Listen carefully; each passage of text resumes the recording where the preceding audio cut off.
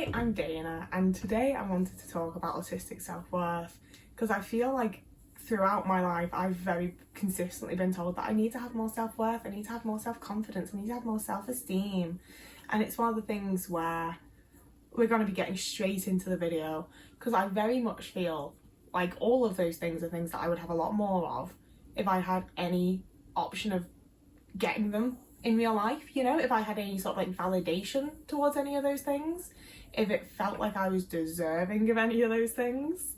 And I do also kind of think that they're all pretty much the same thing, and even if they're not quite the same thing, they all play into each other so much that they pretty much may as well be. So I am sort of talking about the whole lot of them, and I am, as always, also exclusively talking about me and my own experiences.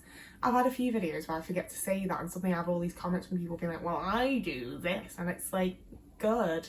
I want the discussion. We're all different people and we all do different things. If you can relate to parts, that's really cool. I'm not expecting anyone to experience the exact same things as me. You're not me. It's fine. So personally, growing up, I was a very shy, quiet little kid that really just didn't want to be noticed, because it felt like when I was noticed, it was usually for bad things. It was for doing something wrong. It was for being weird. It was, you know, it was very, very rarely was I noticed in a positive light, essentially. I got by at home by not being noticed, I got by at school by not being noticed, and most of the times when I was, it was quite a negative event. So I became very shy and very, very fucking anxious, and I really couldn't cope and deal with lots of things from quite a young age. I wouldn't speak to strangers, it was a whole thing, and my parents got really, really annoyed by it. So I do feel like pretty much like from birth onwards, I was sort of better off not having self-worth and not having self-confidence and not having self-esteem, because it would just be putting myself in the firing line for negative experiences. And the few times that I really did build up my self-worth and my self-confidence and my self-esteem or whatever else and do something, it was negative. It didn't have the payout that I wanted, it didn't have the result that I was after, you know, like it wasn't a positive thing. So I'd always been a sort of like creative, artsy kid, and from the age of like 11 or 12ish, I really wanted to go into like performance, and like obviously my special interest has always been media. I wanted to somehow be able to like engage and be a part of the creation of it, you know? So my parents started sending me to the occasional like drama class. Like, I've said this in videos before as well, and had comments from people that I've just deleted being like, oh, so you were working class but your parents could afford drama classes. We're talking like the local dance studio would have a drama class on for like £2 on a Friday afternoon, you know? Like, it was very, very fucking cheap, low budget, 8 kids in a room kind of drama classes, and I loved it. I absolutely adored it.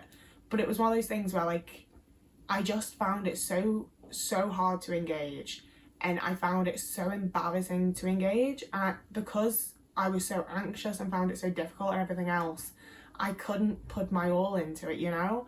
Like, I don't have the worst singing voice in the world, but anyone that's ever heard me would tell you that I fucking do, because I get so nervous and so anxious that my voice is all shaky and I can't get the note out and I can't sing, you know? And similarly, like with the drama classes, it would be my turn to like do the improv thing, and I'd have all these cool ideas for a scene. I couldn't act it out. I would be saying the words, but I couldn't actually make myself act in any way. I didn't know what to do with my hands, I didn't know what to do with my body, I didn't know what to do with my face. Like, it made me freeze up so many times. Like, so often, like, we'd be in the little circle to do the improv thing, and I'd just be stood in the centre, and the teacher would be like, do you want to leave it, do you? And I'd be like, yeah, I do. I just wouldn't be able to do it. And so often it's those types of situations that you get told to do to build up your confidence and build your self-esteem and build your self-worth and blah, blah, blah, blah. And it felt like I tried so hard, and the few times that I did manage to actually do things, it still wasn't very good. I still didn't get any sort of validation or praise for it, you know? It was just like, oh, you finally did it like everyone else does, and you weren't very good at it. And then I ended up with a teacher that I like really looked up to and absolutely idolised. She told us that she'd been on Broadway. Don't know how true that is, but she was from New York and had the New York accent. I just thought she was the coolest person in the world, so I desperately wanted to impress her.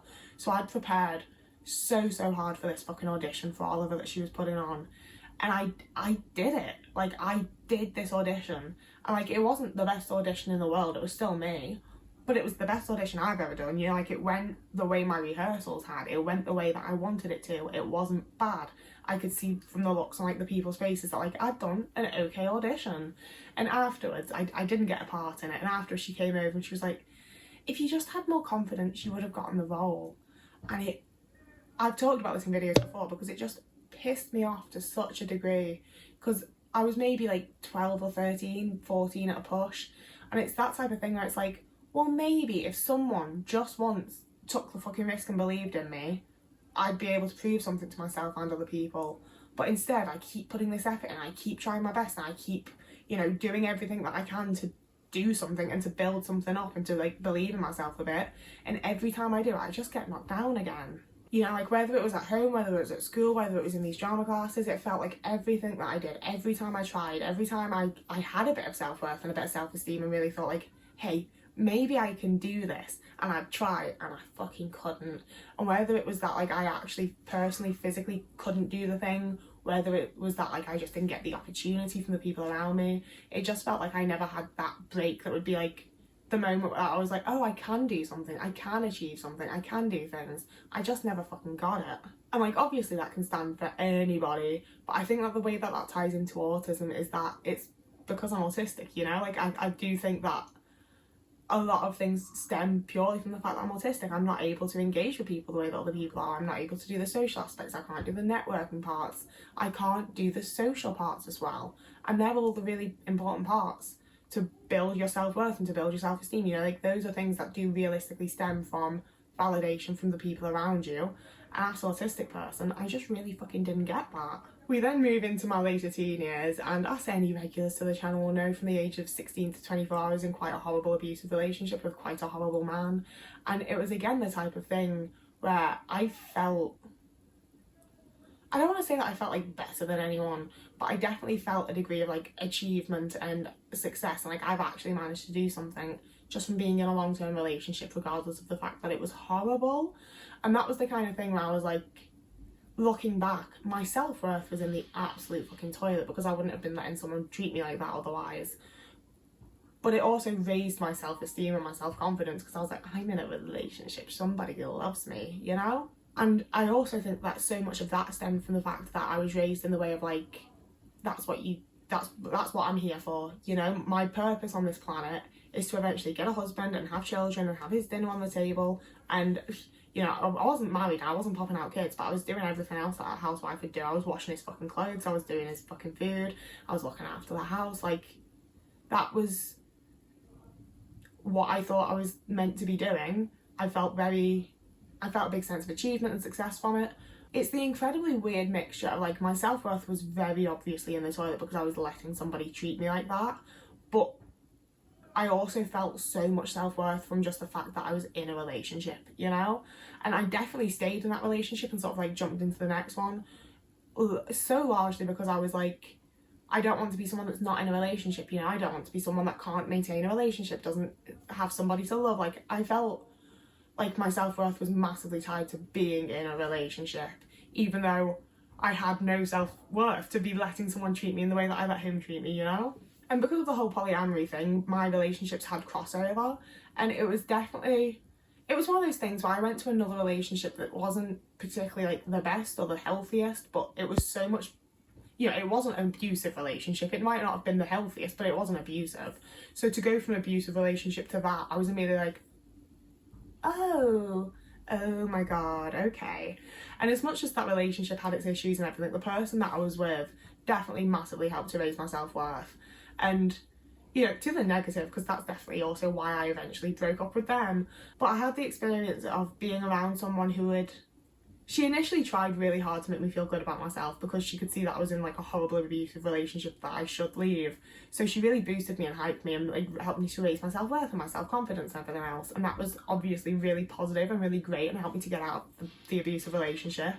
And then the further we went into our relationship, as like the two of us, the more she would sort of like push boundaries and push at things and make like little, it's the thing like I've always had that in friendships, relationships, whatever else, where people make a joke and it's just a joke and it's like, yeah, but that was a dig, that didn't make me feel good, that wasn't funny, that was actually quite a mean thing to say. And I get banter, like I too say things that could be registered as mean if it's not like in the context of the moment. But even in the context of the moment, it was things that just weren't very nice. And because I'd had my self-worth raised, I was like, oh, I'm not doing that. Like, that's not very chill or okay, is it? So the point that I've been trying to make with all these rambling examples is that I think it's the type of thing where autistics and neurotypical people perhaps tend to experience more like minuscule little moments that add up, where their self-worth is raised and validated by the people around them. And whether it's because I'm autistic, whether it's because I was raised by quite negligent parents, whether it's because I've been in quite abusive situations and just generally not had particularly nice people around me, whatever the reason is, I don't feel like I've been given all those little micro moments of validation.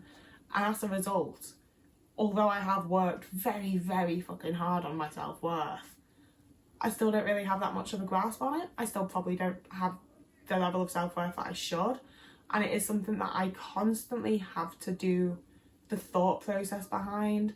And that is where so much of my fawning comes in. Like, I have gone way too far with people in so many different situations just because they validated my self-worth and they made it feel like I was worth something, and they gave me a little bit of self-confidence and gave me a little bit of attention, you know? Like, it's just not a very healthy or good thing to have going on. And I think one of the really difficult things for me, and the thing that does make me think that it stems so much more from autism than it does a lot of the other things, is that I'm able to have pretty decent self-worth when I self-isolate. When I've had the times where I just have months where I just don't bother to see people, I'm not really talking to anyone, I'm in my own little bubble doing my own little things, and especially when I'm having like the creative self-isolation side of things rather than the like just watching TV side of things, it's not even that I feel like I have like necessarily like good self-worth when I'm alone so much as like it doesn't matter. And maybe it is just a case of like, well, duh, you're alone, you're not facing societal pressures, but you know, like, I just have so few issues with myself as a person.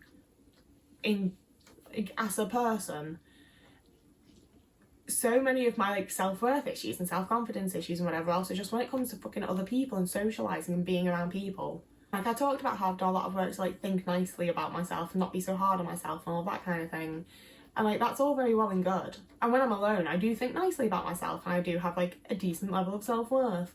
But thinking about the way that other people perceive me and the way that I am in public and the way that I am in social situations makes it difficult.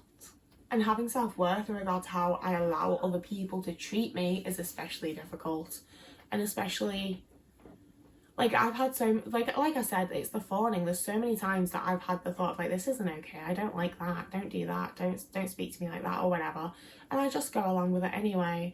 And it's the thing of like, yeah, I can have as much internalized self-worth as I want, but the anxiety of like just not being able to control situations and not being able to control other people and having other people see my worth as lower than I do and just not being able to do anything about that, you know? But yeah, I feel like I'm rambling to a point that it's probably going to get really off topic, so I'm going to stop there. As always, I'm intending this as somewhat of a conversation starter, a bit of a discussion opener. So if you have any thoughts on this topic, on your experiences that are like along the lines of this topic, all of that kind of thing, I would love to hear about them down in the comments. I get to a point sometimes at the end of videos where the words are coming out and I'm pretty sure they're the right words, but if they're in the right order in the sentence, I haven't got a clue. But yeah, I would love to hear what you guys think about this. If you wanted to like this video, that helps me in the algorithm, and if you wanted to subscribe, that just generally helps my channel and it makes me feel good, to be honest with you.